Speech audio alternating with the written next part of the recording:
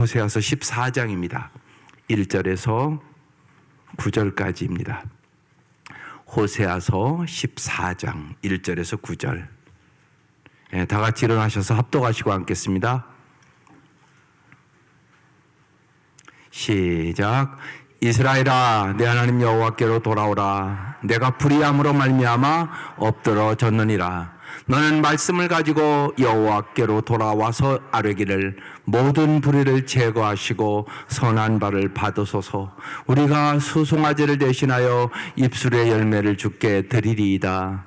우리가 앗수르의 구원을 의지하지 아니하며 말을 타지 아니하며 다시는 우리의 손으로 만든 것을 향하여 너희는 우리의 신이라 하지 아니하오리니 이는 고아가 주로 말미암아 긍휼을 얻음이니이다 할지니라. 내가 그들의 반역을 고치고 기쁘게 그들을 사랑하리니 나의 진노가 그에게서 떠났음이니라. 내가 이스라엘에게 이슬을 갚으리니 그가 백합화같이 피겠고 내 판은 백향목같이 뿌리가 박힐 것이라. 그의 가지는 퍼지며 그의 아름다움은 감람나무와 같고 그의 향기는 레바논 백향목 같으리니 그 그늘 아래 거주하는 자가 돌아올지라. 그들은 곡식같이 풍성할 것이며 포도나무같이 꽃이 필 것이며 그 향기는 레바논의 포도주같이 되리라. 에브라임의 말이 내가 다시 우상과 무슨 상관이 있으리오 할지라. 내가 그를 돌아보아 대답하기를 나는 푸른 잣나무 같으니 내가 나로 말미암아 열매를 얻으리라 하리라. 누가 지혜가 있어 이런 일을 깨달으며 누가 총명이 있어 이런 일을 알겠느냐. 여호와의 도는 정직하니 의인은 그 길로 다니거니와 그러나 죄인은 그 길에 걸려 넘어지리라. 아멘. 오늘 말씀의 제목은 회복의 날을 고대하며입니다. 여러분은 정말 회복의 날을 고대하십니까?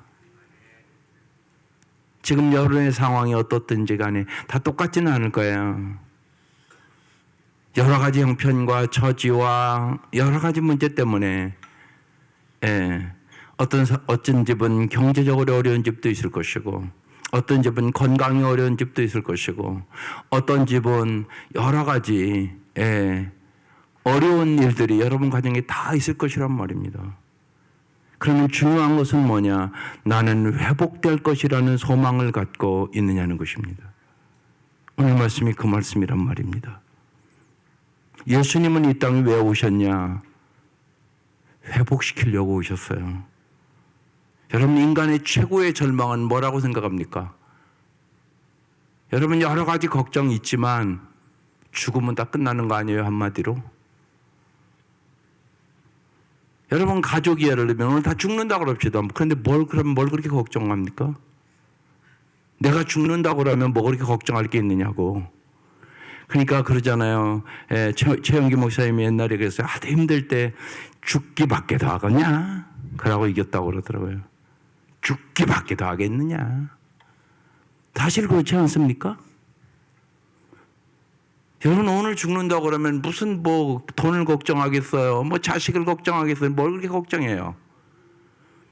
여기서 중요한 게 있단 말입니다. 인간은요, 죽음이 아니라고 하지만 끝이라고 생각합니다. 기독교는 죽음의 종교가 아니올시다. 기독교는 사망 권세를 이긴 부활의 종교입니다. 정말 부활을 믿느냐고요? 이건 엄청난 일이에요. 여러분이 안 겪어서 몰라서 그렇지. 쉬운 얘기로 여러분이 사랑하는 가족과 자식이 예를 들면 어떤 사고나 어떤 예를 들면 병으로라도 죽는다고 생각해 보세요. 여기 흔들리는 사람 수두룩합니다. 막 신앙 자체가 흔들립니다. 하나님 살아계시면 왜 우리 가정에 이런 일을 합니까? 이렇게 안 할 것 같죠? 합니다. 자식만 죽어도 막 어찌할 줄 모르는 사람이 많을 거요. 이게 여러분 정말 여러분이 부활을 믿느냐 안 믿느냐의 문제입니다. 부활을 진짜 믿을 수 있기를 바랍니다. 그게 다른 종교와 다른 점이잖아요. 예수님께서 정말 이 땅에서 가장 비참하게 그 시대의 세상 사람들의 눈으로는 저주의 십자가를 지고 십자가에 죽으셨단 말이에요. 하나님께서 살리셨다고요. 이게 복음이라고요. 우리는 이제 알았잖아요. 왜 죽었어요? 예수님 무슨 죄를 지었습니까? 내 죄를 지고 목빛보다 더 검은 죄를 지고 십자가에 돌아가시고 부활하셔서 영원히 승리하시고 정말로 진리가 승리함을, 공의가 승리함을 보여주신 것이 십자가란 말이에요. 그래서 복음은 십자가와 부활이라고 얘기하는 거예요. 이걸 여러분이 진짜 믿을 때만, 분명한 것은 여러분, 세상 것은 다 상실의 날이 옵니다. 여기 안 죽는 사람은 한 사람도 없습니다. 시간만 다를 뿐입니다. 일찍 가는 사람이 있고 조금 늦게 가는 사람이 있고 그 차이뿐입니다. 모든 사람은 거의 다 병들어 죽습니다. 나이 들은 사람은 말할 것도 없습니다. 누구나 다가오는 시간들이란 말이에요. 그 죽음을 이길 수 있는 것이 예수를 믿음입니다. 특별히 십자가와 부활을 믿는 사람만 승리하게 되는 것입니다.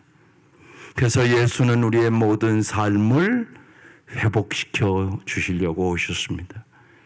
이건 엄청난 일이란 말이에요. 예수는 이렇게 존귀하신 분이십니다. 그래서 오늘 회복의 날을 고대하며, 이것이 오늘 말씀이에요. 여러분의 평생 동안 어떠한 인생의 역경과 고난과 아픔이 와도 여러분 회복의 날을 고대하며 살아가시기를 주의 이름으로 축원합니다. 이게 믿음입니다. 이스라엘의 오늘 이 본문의 상황은 너무나 다 망가져서 스스로 회복할 수 없는 절망의 상황에 이르렀습니다. 그럼에도 불구하고 하나님께서 오늘 말씀에 소망을 주시는 것입니다. 하나님은 언제나 우리에게 희망을 주시는 분임을 믿을 수 있기를 바랍니다.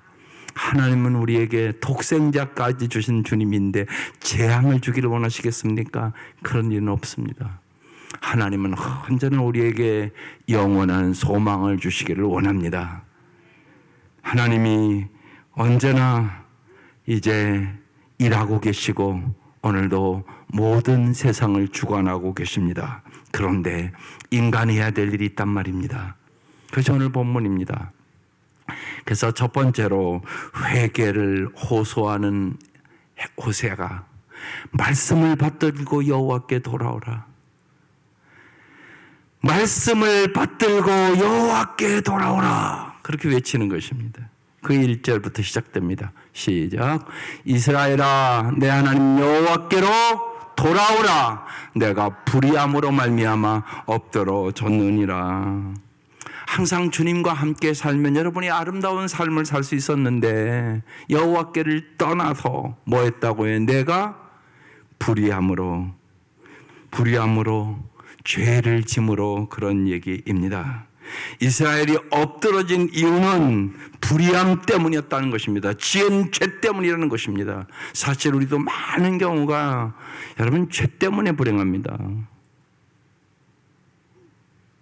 예수님처럼 살았기 때문에 겪는 게 아니라 많은 경우 여러분이 지금 여러 가지 고난들이 있었을 것이에요. 그런데 뭐 때문에 여러분 고난당한다고 생각하십니까? 내가 그래도 이렇게 하나님 말씀대로 의롭게 살았는데 고난을 당한 것 같다. 그런 분이 많겠어요? 내가 돌이켜보니까 죄 때문에 그렇구나. 그게 많겠습니까? 대부분의 사람들은 죄 때문에 고난을 당합니다. 고난도 종류는 여러 가지가 있습니다. 사실은. 근데 많은 경우는 죄 때문에 당하는 고난입니다. 그래서 여기 내가 죄로 말미암아 엎드러 졌느니라 그랬습니다. 이들은 끊임없이 우상 숭배를 했습니다. 그리고 이들은 끊임없이 하나님이 끊임없이 말씀해도 말씀에 순종하지 않았습니다. 그 죄 때문에 엎드러졌느니라 그렇게 말씀하고 있습니다. 신명기 10장에 이런 귀한 말씀이 있습니다. 이스라엘아, 내 하나님 여호와께서 내게 요구하는 것이 무엇이냐? 여러분 언제나 성경을 읽을 때마다 주님이 원하시는 것이 무엇인가를 잘 보고 기도하고 그 말씀을 부여잡아야 합니다. 곧 내 하나님 여호와를 경외하여 그 모든 도를 행하고 그를 사랑하며 마음을 다하고 뜻을 다하여 내 하나님 여호와를 섬기고. 내가 오늘 뭐를 위해서? 내 행복을 위하여, 내게 명하는 여호와의 명령과 규례를 지킬 것이 아니냐. 그러니까 하나님의 말씀은 왜 주셨다고요? 여러분을 행복하게 하려고. 하나님이 행복하게 사는 게 뭔가를 가르쳐 줬단 말이에요. 그런데 우리가 다른 길로 가는 거예요. 하나님이 행복을 주는 건데, 금방 애들이 그런 간증을 하잖아요. 애들이 성경 공부를 해보니까 행복은 누가 줘요? 하나님이. 이게 엄청난 깨달음이다. 행복은 누가 준다고? 크게 하나님이 주는 거란 말이에요. 근데 많은 어른들이 그렇게 안 생각한다. 자기의 힘과 노력으로 행복을 얻을 줄 안단 말이에요. 그렇지 않다고요. 그거 어떻게 증명해요? 여러분 결혼할 때는 다 우리들이 열심히 노력하면 행복하겠지 그러고 결혼하잖아요. 그래서 정말요 행복한 집들이 얼마나 많습니까? 그렇지 않단 말이에요. 여러분의 노력과 힘으로만 행복을 얻을 수 없다고요. 하나님이 보호하시고 하나님이 지켜주시고 하나님이 인도하시고 하나님이 올바른 생각을 주시고 하나님이 올바른 선택할 수 있는 능력을 주시고 성령으로 말미암아 하나님의 사랑이 우리에게 부어져야 되고 하나님의 용서가 우리에게 부어져야만 부부도 아름답게 살아갈 수 있습니다. 그건 분명한 사실입니다. 살아보니까 알잖아요. 여러분 남편이 행복 줍니까? 아내가 행복 줍니까? 아니라는 거 알잖아요. 죄인들끼리 하는 게 죄밖에 더 줍니까? 솔직히 우리가 다 죄인이잖아요. 여러분 죄를 져서 죄인이 아니에요. 죄인이기 때문에 죄를 짓는 거예요. 근데 사람들이 거꾸로 생각을 해요. 돼지는요 아무리 돼지 발톱에 매니큐어를 칠해놔도요 꾸정물에 들어간다니까요. 교회 인간이에요. 죄인이기 때문에 죄를 짓는 거예요. 내 마음에 탐욕이 가득하고 시기가 있고 질투가 있고 미움이 있고 지 마음에 안 들으면 지 멋대로 하고 이게 나란 말이에요. 나.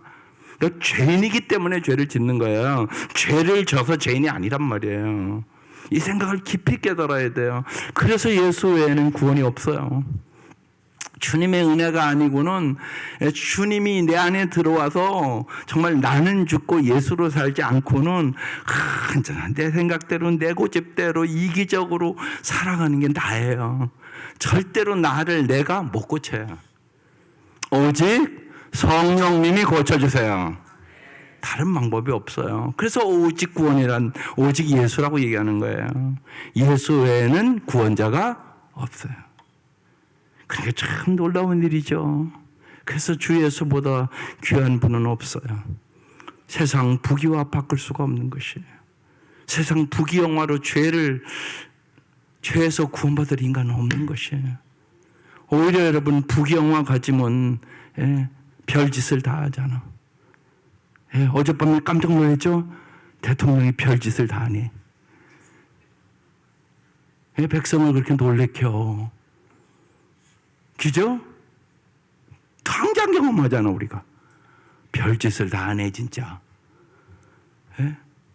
보세요. 이게 권력을 가졌다고 별짓을 다 하잖아요. 권력 안 갖고 그냥 안 하고 편히 살면 건의 사건도 없을 텐데 이런 데를 안 할 수가 없잖아요. 보면요. 이게 지금 우리 현실이잖아요. 보면요. 참 안타까운 일이고 마음 아픈 일이잖아요. 이게 다 성경에 나오는 얘기예요. 그래서요, 정말로 주님은 우리에게 행복을 위하여 하나님 말씀을 준 거라고. 그래서 하나님의 말씀대로 사는 사람이 진짜 행복하게 살아갈 수 있게 되는 것이에요. 신명기 10장 12절 13절이에요.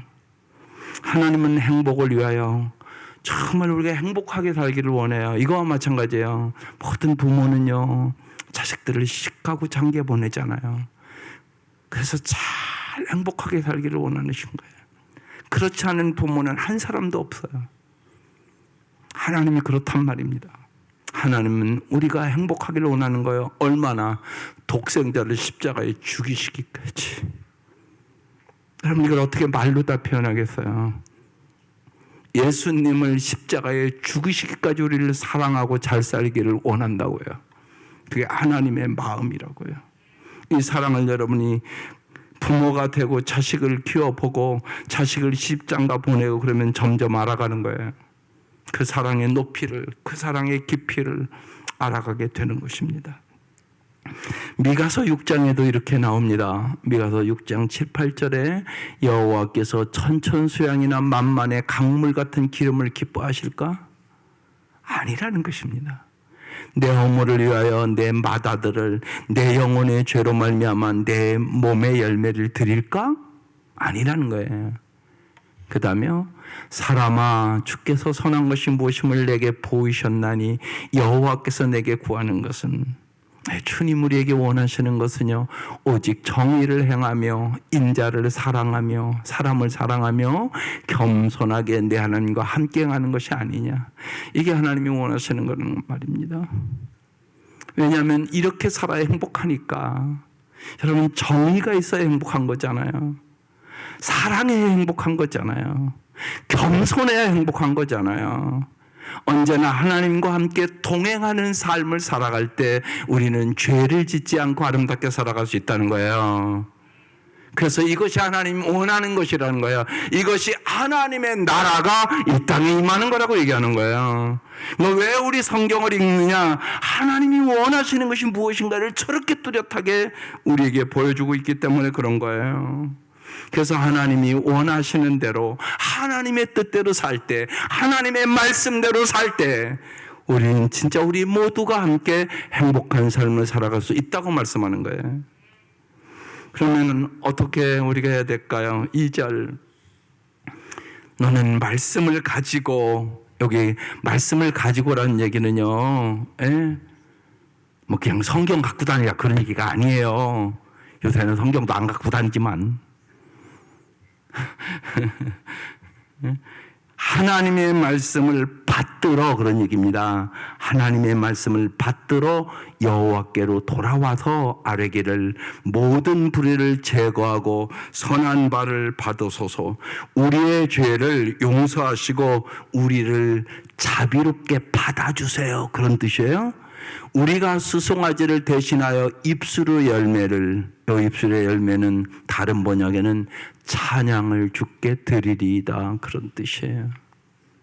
정말로 하나님께서 우리의 죄를 용서하시고 우리를 자비롭게 받아주셔서 그 은혜를 깨닫고 주님의 은혜를 찬양할 때 우리는 풍성한 삶을 살아갈 수 있다는 것이에요.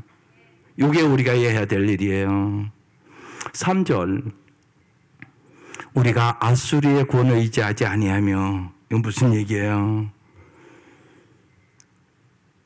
권력을 의지하지 말라는 얘기예요. 말을 타지 아니하며 군사력을 의지하지 아니하며 다시는 우리 손으로 만든 것을 향하여 너희는 우리의 신이라 우상 숭배하지 아니하며 이는 고아가 주로 말미암아 긍휼을 얻음이니이다. 하나님은 고아를 가엾게 여기시는 분이기 때문에 주님밖에 없습니다, 그런 뜻이에요. 너희가 이렇게 돌아와야 된다고 얘기하는 것이에요. 너희의 옛삶을 정리하고 이제 하나님의 뜻에 맞는, 하나님의 말씀에 맞는 삶을 살아가는, 하나님의 말씀에 순종하는 삶을 살기로 결정하고 하나님께 돌아와야 한다. 이것이 회복되는 길이다, 이렇게 말씀하고 있는 것이에요. 그래서 여러분이 잘 아는 대로 사무엘상 15장 22절이 유명한 말씀이 있잖아요. 사무엘이 이제 사울을 나무랐다, 그 소리예요. 주님께서 어느 것을 더 좋아하시겠습니까? 주님의 말씀에 순종하는 것이겠습니까? 아니면 번제나 화목제를 드리는 것이겠습니까? 잘 들으십시오. 같이 읽겠습니다. 시작. 순종이 제사보다 낫고 말씀을 따른 것이 순양의 기름보다 낫습니다. 쉬운 얘기로 여러분이 10억 헌금하는 것보다 하나님의 말씀에 순종하고 하나님 말씀대로 사는 것이 하나님이 더 좋아하고 기뻐하는 것이다, 그런 뜻이에요. 믿습니까? 하나님 그걸 원하는 거예요. 하나님 여러분이 정말 잘 살기를 원하는 거예요. 하나님이 무슨 가난해서 돈이 없어서 돈 드리라고 그러는 줄 아세요? 그거 아니란 말이에요. 여러분이 헌금해야 하는 이유는 쉬운 얘기로 여러분이 돈을 하도 사랑하니까. 돈보다 11조 될 때마다 하나님, 내가 돈을 의지하지 않겠습니다. 내가 하나님을 의지하겠습니다. 하나님이 10개 주셨으니까 하나님 앞에 드리며 모든 것 하나님이 주신 것을 내가 고백합니다. 이런 뜻이에요. 무슨 하나님이 가난해서 여러분에게 돈 드리라고 그럽니까? 하나님이 그런 하나님이 아니세요. 이런 걸 잘 아셔야 돼요. 하나님 그런 하나님이 아니라고. 하나님은 여러분에게 넘치도록 주시기를 원하시는 거예요. 여러분 생각해 보세요. 독생자까지 주신 하나님인데 뭐를 주시지 않겠어요? 더 쉽게 말씀드리면 1000억 주면 여러분 자식 팔 수 있어요? 아니. 예, 오늘 손자가 이렇게 하니까 오셨잖아요. 쟤요, 예, 10,000억 주면 할아버지 팔 수 있어요? 대답해 보셔. 팔 수 있어요? 못 팔아요. 안 파는 게 아니라. 그죠? 그렇게 귀한 손자잖아요. 예, 여러분 생각해 보세요. 우리도 예, 1,000억만 줘도 평생 잘 살 텐데 돈으로 못 팔아요. 우리도 그래요. 우리가 악할지라도. 성경은 그래서 그러잖아요. 너희가 악할지라도 자식에서 좋은 것을 줄 알거든. 하늘에 계신 너희 아버지께서 구하는 자에게 좋은 것을 주지 않겠느냐. 이렇게 말씀하시잖아요. 여러분, 우리가 하나님보다 자꾸 물질을 더 의지하고 권력을 의지하고 말을 의지하고 군사력을 의지하고 세상을 자꾸 의지하니까 하나님께서 하나님의 말씀대로 하라고 하는 거예요. 그러니까 하나님의 말씀은 나의 행복을 위해서 하는 말씀이에요. 그래서 하나님의 말씀대로 하지 않으면 하나님을 의지하는 게 아니에요. 여러분 그걸 잘 아셔야 돼요. 하나님이 너 나 의지하지 않는 거야 이렇게 말씀하세요. 그래서 저 말씀에 의지하여 사울이 버림받아요. 그래서 유명한 말씀이에요. 순종이 제사보다 낫고 말씀을 따르는 것이 수양의 기름보다 낫다. 하나님의 말씀을 따르고 그래서 하나님의 말씀에 순종하는 사람이 정말로 잘 사는 사람이고 하나님의 영원한 복을 얻으시게 되는 것이에요. 그래서 여러분이 다 신앙생활을 조금 한 번은 기억하는 말씀이에요. 순종이 제사보다 낫다. 그런 거죠. 두 번째, 이제 하나님이 어떻게 회복시키기를 원하시는가 보시라고요. 여기에 이제 감동이 있어야 되는 말씀이에요. 4절. 내가 그들의 뭐를 고쳐요? 반역을 고치고 그랬어요. 끊임없이 반역하는 거예요. 근데 이 반역을 고치고, 다른 번역은요, 반역하는 병을 고치고 그랬어요. 반역하는 게 뭐라고요? 병. 여러분, 고집스러운 게 병이 아니요. 고집병. 아주 고집스러운 사람이 있어요. 병이에요, 그거. 또 모든 것을 부정적으로 생각하는 사람이 있어요. 이것도 병이에요. 병들은 거예요, 영혼이요. 이런 걸 잘 아셔야 돼요.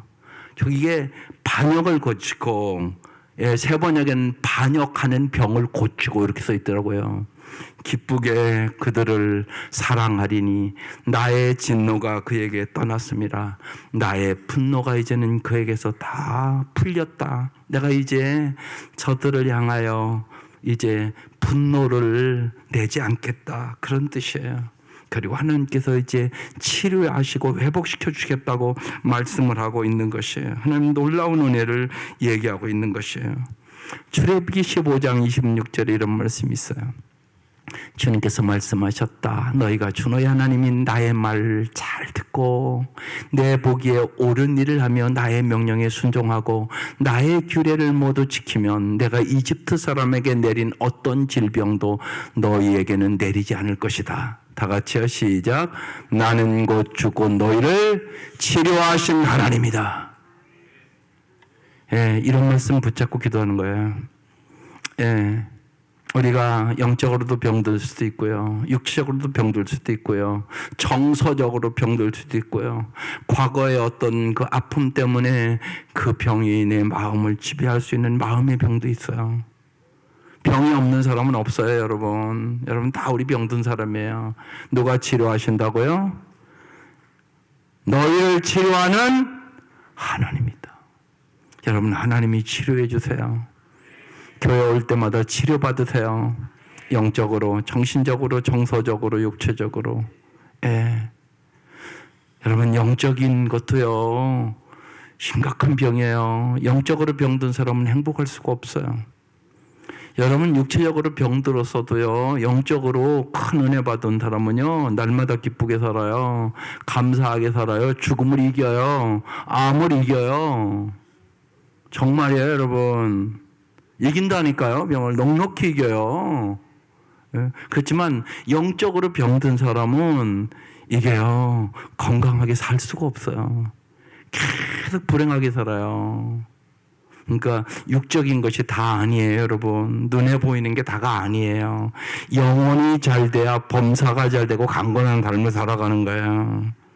그렇잖아요, 여러분. 여러분, 잘못된 고집을 계속 부리면요, 자기도 불행하고 같이 사는 사람 불행해요, 안 불행해요? 반드시 불행하게 만들어요. 자기만 불행한 게 아니에요. 영적으로 병든 사람이에요. 영적으로 병든 게 더 불쌍한 거예요, 사실은요. 영적으로 병든 사람은 모든 게 부정적이고요. 모든 것에 대해서 생각을 잘못하고요.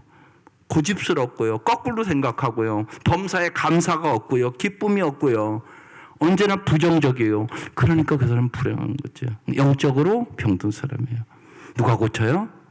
오직 주님이 고쳐요. 너희를 치료하는 하나님이다. 하나님 오늘 말씀을 그냥 반역을 고쳐준다고 그러잖아요. 너희들이 반역하는 병에 걸렸다는 거예요.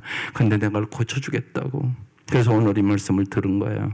하나님이 정말 우리의 영적으로, 정신적으로, 육체적으로 우리의 모든 것을 고쳐주신 하나님이세요.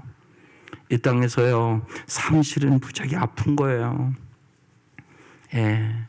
사람을 상실하면 말할 것도 없고요. 사랑하는 사람을 잃어버렸다. 이건 엄청난 아픔이잖아요.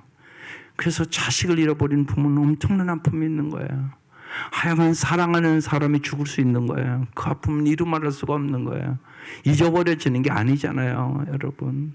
예? 그러니까 언제나 그런 사람에게 긍휼과 자비로 기도하셔야 돼요. 중요하단 말이에요, 그게요. 예? 어떤 사람은 돈만 상실해도 그걸 못 이겨서 자살하잖아요. 그것도 그러니까 아프다는 얘기예요. 그런데 이 땅에서 누구나 상실이 있어요. 이 상실의 아픔을 치료해 주시는 분이 오직 하나님이세요. 하나님만이 이 상실을 치료하세요. 여러분 잊지 마세요. 여러분, 우리는 여기에 남이 알지 못하는, 그리고 내 가정의 여러 가지 속에 상실의 아픔을 가진 사람이 대부분이에요. 인생은 고난이 누구나 있는 거예요. 인생의 겨울을 누구나 만나기 때문에 그래요. 그 상실의 아픔을 치료하시는 분이 오직 하나님이세요. 이것을 믿고 여러분의 아픔을 주님 앞에 내려놓고 기도하세요. 주님은 반드시 치료하시는 하나님이세요. 하나님의 은혜 앞에 불치병은 없다. 하나님의 은혜 앞에 불치병은 없다. 네, 하나님은 치료해 주시는 하나님이세요. 하나님은 창조주 하나님이세요.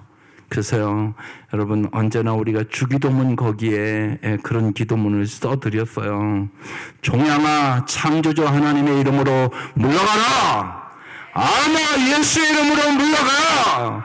이런 기도들이 꼭 필요해요, 여러분. 그래서 특별히 여러분의 가족이나 그 무슨 주기도문 저 뒤에 있어요.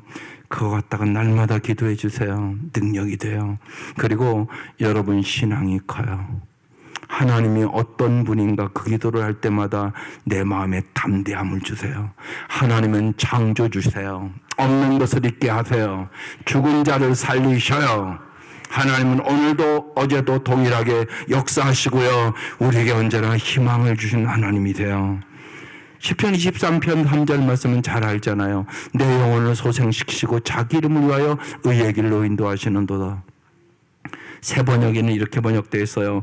나에게 다시 새 힘을 주시고 당신의 이름을 위하여 바른 길로 나를 인도하시는도다. 내 영혼을 소생시키고 요의 길을 나에게 다시 새 힘을 주시고, 인생의 역경과 고난과 아픔과 슬픔 속에 이 지금 다윗은 내가 사망의 음침한 골짜기를 다닐지라도 날마다 사울이 나를 죽이려고 쫓아다니는 이 아픔과 고통 속에서도 여호와께서 새 힘을 주시고 나를 바른 길로 인도하시는도다. 이런 뜻이에요. 날마다 새 힘을 얻으세요. 주님이 새 힘을 주셔야만 인생의 역경과 고난과 아픔과 절망을 이길 수 있기 때문에 그렇습니다.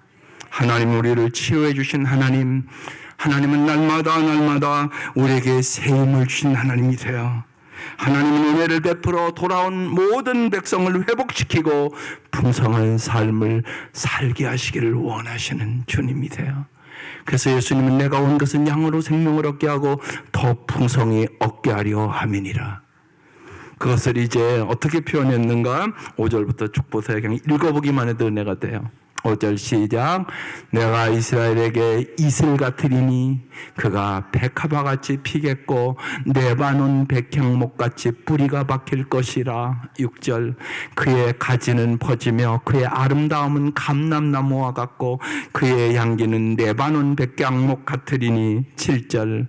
그 그늘 아래에 거주하는 자가 돌아올지라. 그들은 곡식같이 풍성할 것이며 포도나무같이 꽃이 필 것이며 그 향기는 레바논의 포도주같이 되리라.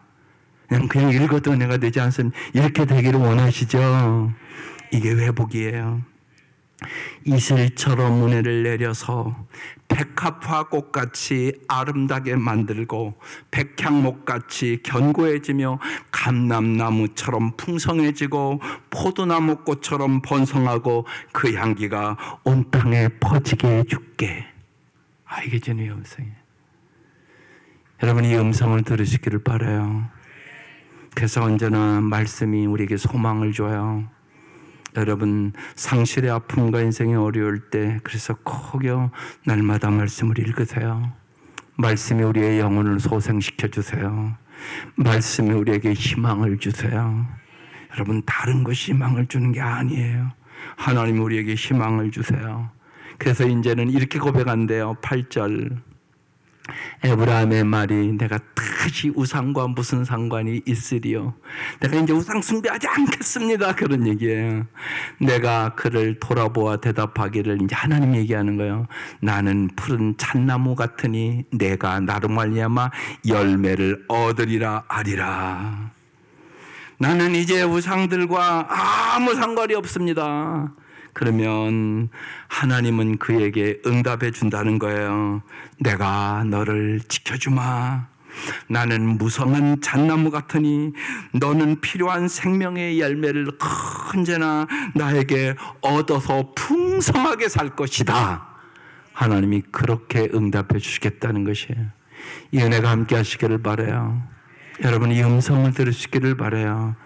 이게 여러분 내 마의 말씀으로 들려야 되는 거예요. 김동 목사님이 엊그제 설교하시며 그러더라고요. 자기 암수술하러 들어가는데 두려워하지 말라, 내가 너와 함께 함이니라. 그 말씀을 이렇게 묵상하며 들어가는데 하나님이 구체적으로 이제 그래서 아내가 그랬다는 거예요. 여보 잘 갔다 와 그랬대요. 그 자기 하나님 앞에서 하나님 저도 잘 갔다 올게 그랬더니 하나님 뭐라고 그러셨을까요? 두려워하지 말라, 내가 너와 함께 함이니라. 내가 너와 함께 갈 건데, 내가 너와 함께 갈 건데. 여러분, 하나님의 음성이 이렇게 듣는 거예요. 말씀이 그렇게 얘기하잖아요. 두려워하지 말라, 내가 너와 함께 함이니라. 수술을 하는데 아무도 못 들어가요. 가족들 못 들어가요. 그거 다 아시잖아요. 그럼 누구만 들어가는 거예요? 의사하고 하나님만 들어가는 거예요. 주님이 뚜렷하게 그러더라는 거예요. 마음에 내가 너와 함께 갈 건데. 그런데요, 그 순간요 두려움이 싹 사라지더래요. 이게 하나님의 음성이에요. 하나님은 말씀대로 이루세요. 반드시 이루세요. 하나님 여러분과 항상 함께 하심을 믿으시기를 바라요. 여러분의 인생의 역경과 고난과 아픔과 슬픔이 있을 때 하나님이 함께 하심을 경험하시기를 바라요. 그 경험으로 우리는 참된 평안을 얻는 거예요. 악한 죄 파도가 많으나 내 마음 평안해. 그 평안함으로 우리는 세상을 넉넉히 이기는 것이에요. 하나님 세상 끝날까지 여러분과 함께 하시겠다고 말씀하셨어요. 그 하나님의 음성을 들으며 승리하시기를 바랍니다. 이 말씀대로 회복될 것을 믿을 수 있기를 바랍니다. 주님은 부활하신 주님이에요. 살아계신 주님이에요. 우리의 인생의 역경과 고난과 아픔과 죽음이 있지만 죽음을 이기고 승리하신 주님이 우리와 영원히 함께 하시고 모든 것을 회복시켜 주신 하나님이세요. 그래서 승리하고 싸우는 거란 말이에요. 마지막 9절입니다. 세 번째 띄워주세요. 괜찮습니다. 세 번째는 여호와께서 보여주신 길을 아는 지혜를 우리가 가지셔야 돼요. 그게 9절이에요. 같이 읽어볼게요. 누가 지혜가 있어 이런 일을 깨달으며 누가 총명이 있어 이런 일을 알겠느냐. 여호와의 도는 정직하니 의인은 그 길로 다니거니와 그러나 죄인은 그 길에 걸려 넘어지리라. 그렇게 써 있어요. 여러분 잘 보세요. 이 말씀이요. 세 번역에는 이렇게 기록되어 있어요. 지혜로운 사람은 여기에 쓴 것을 깨달아라. 총명한 사람은 이것을 마음에 새겨라. 주님의 길은 언제나 올바르다. 의로운 백성은 그 길을 따라 살아가지만 죄인은 비틀거리며 넘어질 것이다. 이렇게 써 있어요. 여호와의 도, 여호와의 길이라는 뜻이에요. 예수님이 내가 길이요 진리요 생명이라고 말씀하시잖아요. 예수 그리스도께서 우리에게 주신 길, 성도는 그 진리와 생명을 따라가는 구도자란 말입니다. 그걸 잊지 마셔야 돼요. 여러분 전도자라고 그러잖아요. 전도자라는 게 무슨 뜻이에요? 그 도를 전하는 사람이란 뜻이에요. 예수님의 도를 전하는 사람, 이게 전도자예요. 전도사면 예수님의 도를 잘 깨닫고 도를 전할 줄 아는 사람이 전도사예요. 그 도를 전하는 사람이 되려면 먼저 그 도를 내가 구하는 자가 돼야 되겠죠. 내가 알아야 전하죠. 내가 십자가의 의미를 깊이 깨닫고 감격이 있고 정말 부활의 능력을 믿어야 소망과 희망을 주죠. 죽음 앞에 있는 사람에게도 소망을 주는 말씀이란 말이에요. 이게요. 말씀을 깨달으며 그래서 지혜와 총명의 사람이 되어야 된다고 말하는 거예요. 누가 지혜가 있어 이런 일을 깨달으며 누가 총명이 있어 이런 일을 깨닫겠냐. 하나님이 지혜를 주시는 분이요 하나님이 총명을 주시는 분이다. 그래서 여호와의 도, 여호와께서 가르치신 그 길을 가라. 그것이 생명의 길, 진리의 길, 승리의 길이다. 그렇게 말씀하고 있는 것이에요. 성경에 나타난 선지자나 사도들은 단순히 말씀을 입으로만 말하는 달변가가 아니었어요. 그들은 모두 하나님의 말씀 진리를 쫓아 나선 구도자들이었단 말입니다. 이 진리와 이 생명과 지혜를 얻은 자는 우리가 지금 사도행전 나누잖아요. 그들 다 도망갔던 사람들이잖아요. 그런데 부활을 믿었단 말이에요. 이제는요. 부활하신 주님을 만났단 말이에요. 그러니까 뭘 믿는 거예요? 이제는요. 부활을 믿는 사람들이 된 것이에요. 마테마가 누가 먹으면 이들이 부활을 못 믿은 거, 안 믿은 거예요. 근데 이제 복음서 마지막에 보면 나타나잖아요. 도마에게도 나타나고요. 부활하신 주님이요. 만져보라고 얘기하잖아요. 옆구리에 손을 넣어보라고 얘기하잖아요. 부활하신 주님이요. 그 주님을 만나고 그들은 변해요. 어떤 믿음을 갖는 거예요? 부활의 믿음을 가졌단 말이에요. 그러니까 뭐가 두렵지 않아요? 죽음이 두렵지 않은 것이에요. 그래서 복음을 전하며 다 순교하잖아요. 사도 요한 외에 다 순교하잖아요. 이들은 뭘 믿었다고요? 부활을 믿었다고요. 그러니까 사도행전을 보면 그래서 부활의 주님을 증거하고 있는 것이에요. 이들은 정말로 진리의 말씀, 생명의 말씀을 믿는 구도자로 살아가게 됐던 것이에요. 이들은 모두 다 하나님의 말씀, 진리를 쫓아 나선 구도자들이었던 것입니다. 그래서 그들은 한결같이 그 시대를 밝히는 등불처럼 살아가시게 된 것입니다. 우리 모두는 잊지 마셔야 돼요. 성도는 구도의 길을 가는 사람들이에요. 여러분의 삶의 작은 일부터 구도의 길을 걸으세요. 작은 일이 뭔지 아세요? 자기의 삶부터 청소하세요. 여러분의 가정부터 청소하세요. 거기서부터 시작이에요. 사람이 앉았다 떠는 자리에는 반드시 그 사람의 인격이 남아 있는 겁니다. 그걸 잊지 마셔야 돼요. 이 세상을 여러분 조금이라도 밝고 깨끗하게 하고 살아야지. 하나님 시험 가지고 더럽게 똥만 싸고 가면 되겠어요? 여러분 정말 그럴 수 있잖아요. 인간이 세상을 더 더럽게만 하고 가요. 인간이요. 잘 생각해 보시라고. 안 그런가? 도 되신 주님께서 선한 생각을 주시고 친히 우리를 인도해 주시기를 원하는 거예요. 날마다 길 대신 예수님을 따라가게 하시옵소서. 그래서 야고보서 2장 17절에 그런 말씀하는 거예요. 이와 같이 행함이 없는 믿음은 그 자체가 죽은 믿음이니라. 하나님의 말씀을 깨닫고 결단하고 우리가 즉시 순종할 때 생명의 말씀의 역사가 일어나게 되는 것이에요. 정말로 하나님의 말씀으로 우리가 돌아가서 말씀에 온전히 순종함으로 참으로 주님이 우리에게 주시고자 하는 참된 행복의 삶을 여러분이 누리고 이 행복의 삶을 증거하는 여러분 되시기를 주의 이름으로 축원합니다. 기도드리겠습니다. 마음 모아 함께 기도 한번 읽어보고 잠시 기도할게요. 시작. 옛 삶을 정리하고 주께 돌아와 은혜 아래서 새 삶을 살게 하소서. 하나님의 말씀을 깨닫고 따르며 생명의 열매를 누리게 하소서. 우리가 호세아서 1장부터 14장까지 마쳤어요. 오늘 이 시간 다 같이 한 1, 2분 동안 정말 하나님 여호와께 나와 내 가족이 돌아가게 하시고 주님이 우리에게 이렇게 풍성한 삶을 정말 말로나 형용할 수 없는 행복한 삶을 주시기를 원하는데 하나님 내 마음에 내 가정에 내 사랑하는 사람에게 내 자녀들 위해 내 손자 손녀들 위해 하나님 은혜를 베풀어 주셔서 정말로 하나님의 말씀대로 풍성한 삶을 참으로 주님이 주시고자 하는 행복한 삶을 살아가며 복음을 전하시게 해달라고 아버지 한번 부르고 통성으로 1, 2분만 기도하겠습니다. 아버지가 간절히 기도합니다. 하나님 우리 모두가 진실로 여호와께 돌아가게 하여 주시옵소서. 이제는 세상을 의지하지 않도록 도와주시고 물질을 의지하지 않도록